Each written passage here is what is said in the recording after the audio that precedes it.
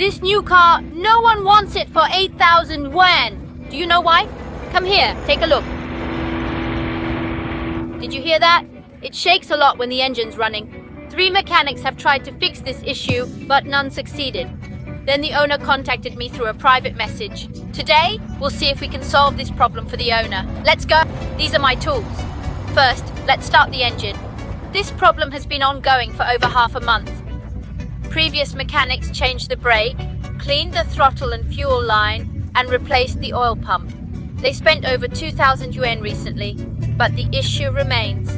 The owner said if it's not fixed this time, he'll sell the car for 8,000 yuan. I told him not to worry and that I'd take a look. The owner asked what if I couldn't fix it. I said if I can't, I'll buy the car for 8,000 yuan myself. Today, we'll see if we can solve this problem right here. Usually, a shaky car has 3 possible causes: fuel, electrical, or air systems. Previous mechanics checked fuel and electrical. Only the air system remains. I suspect one often overlooked part might be the issue.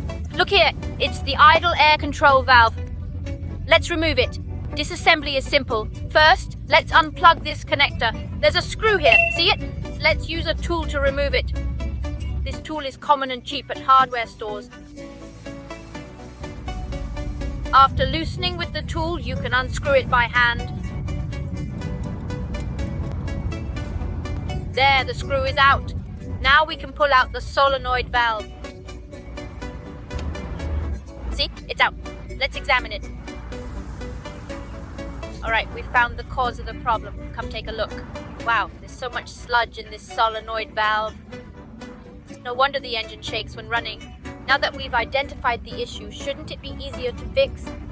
Let's not rush to replace it. We might waste money unnecessarily. Get a paper towel, lay it down, and use cleaner to remove the sludge from the valve. Look how dirty it is. This cleaner is common. It's only about 5 yuan online.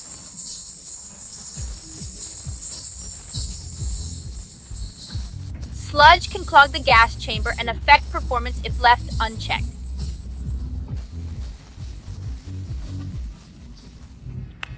See, it's clean now.